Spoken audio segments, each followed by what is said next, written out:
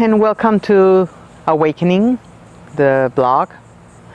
Today I would like to share my story with the first spiritual teacher I ever had. And most people have taken this teacher, the fictional character, but for me, he was never a fictional character. Maybe he doesn't really exist, but it doesn't matter if he exists or not in the physical context. He does exist for me. And this teacher, I met him when I was 16, 17 years old, around there. Yeah. He came through the Star Wars series. I guess by now you know that I'm talking about Master Yoda. And that scene, that 20-minute scene in The Empire Strikes Back, for me is the most powerful scene in the whole series of Star Wars, where he is in the Dagobah system and he encounters Luke. Everything in those 20 minutes, it is so powerful as a spiritual teaching that when people look at this movie just as a science fiction or as a fictional movie, they're really missing all the wonderful teachings that we can learn and we can taste from this. From the moment that they met, like Luke was hoping to meet this powerful warrior, and this little thing comes around and and bugs him around. It's amazing, how Luke has this idea and Yoda's here to break all his ideas. So I've watched, I don't know, maybe over 100 times the scene of the teachings ever since I was, teenager. Because I know the teaching is true. It's a very heartfelt, true teaching. Judge me by my size, do you? And well, you should not. You should not. For my ally is the Force, and a powerful ally it is.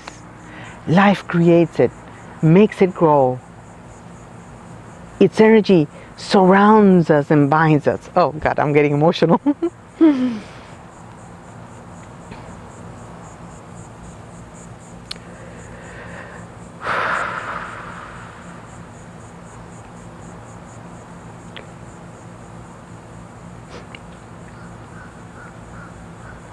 Luminous beings are we, not this crude matter.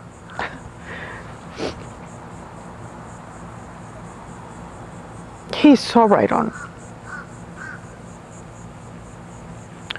You must unlearn what you have learned, he said.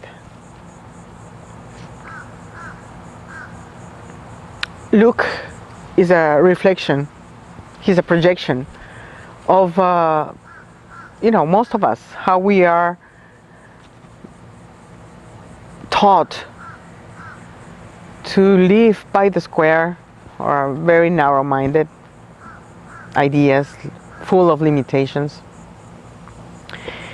And he is also an example of how much we can change.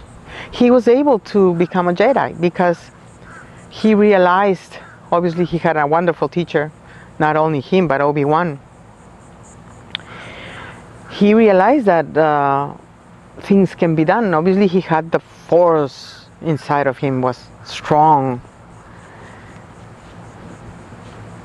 and so he was able to achieve that.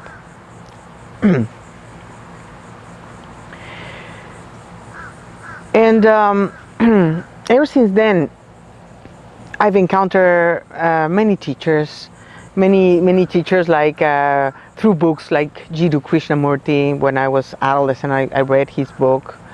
Also Carlos Castañeda. They gave all some feedback to this thing. I encountered some physical teachers which I had different kinds of experiences. Yet that specific teaching, the first teaching, has remained the basis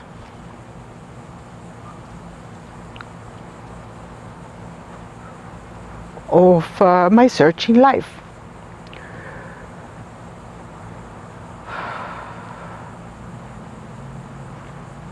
How to achieve that?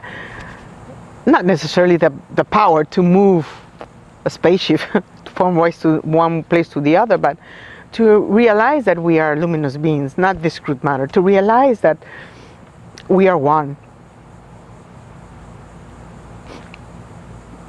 that we're all connected, that we can really feel the force.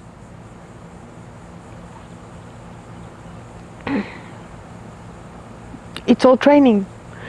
It's all training, you know, and some may have a wonderful contact with teachers, masters in martial arts that can teach them to understand energy and understand the inner power, or we can go to temples and get trained by monks.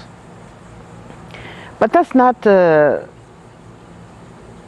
possibility for many of us who have to work because maybe we are offering jobs for families and other people. There are many possibilities why not everybody has the opportunity to be able to train. We could if we want to. It's a matter of putting all our efforts to train and choose a training. Yet for me, like what Krishnamurti has said, you know, what he did with breaking all this society, that theosophical society, and breaking it apart, and saying, you know, there is no one teacher or savior that's coming to save the world like they're trying to do with Jesus or saying about Jesus. But we have to become our own teachers. We have to look for the teacher's teacher in ourselves. And you know, I really respect and admire Krishnamurti for what he gave us in saying, you know, don't look at me as a teacher. I'm just a human being like you. You know, I'm just discovering things, and I'm sharing those things with you so you can learn how to think. I mean, the thought process, how we use our thought process can be of service to us if we use it correctly. Like to question everything until we find the answer. I guess you know that Buddha said something like, you know, I'm not going to believe in God until I find it for myself, which is what we should do. I mean, we surrender to religion because probably it's the easiest way to get some guidance. When people talk about God here and there, we all do, oh my God and everything, we use the God here and there and everywhere, and we don't even know what God is. We only know what we've been taught God is, but we don't know what that is for ourselves. And so that's why it's so amazing what these people like Buddha, like Gautama Siddhartha was able to do. It says, you know, I renounce to everything and I'm going to look for the answers in myself, and he became enlightened. 6 years of meditation and the body tree with different kinds of you know, the ascetics and so many teachers that came around until he found the middle way. And then he sat on the body tree and meditated until he was freed from the chains of suffering and all this illusion, Maya.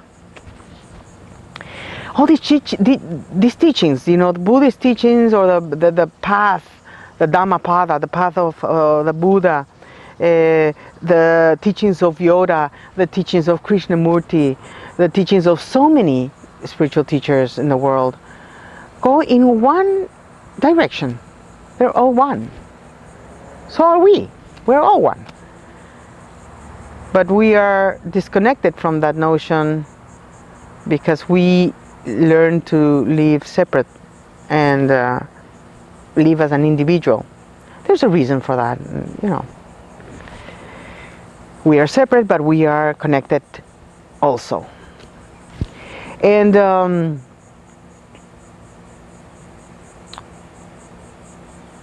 for me, yoda is the symbolism of yoda.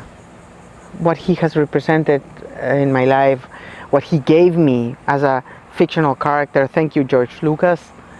It's amazing. We don't need to have a physical teacher to get those teachings. I mean, they're everywhere.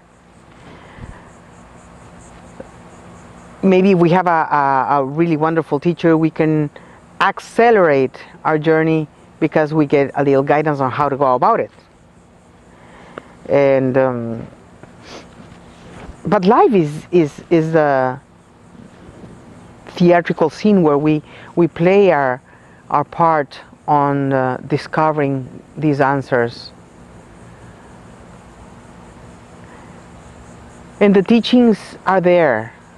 I mean, we can really have access to the teachings because once they were esoteric, now all the teachings, the important teachings in the world are exoteric. They are available for everybody because we've evolved, times change, and here we are in this time in life where, you know, we have access to the teachings. So there's no excuse for us not to be able to grow closer to what's essential in life, or to understand that everything's energy.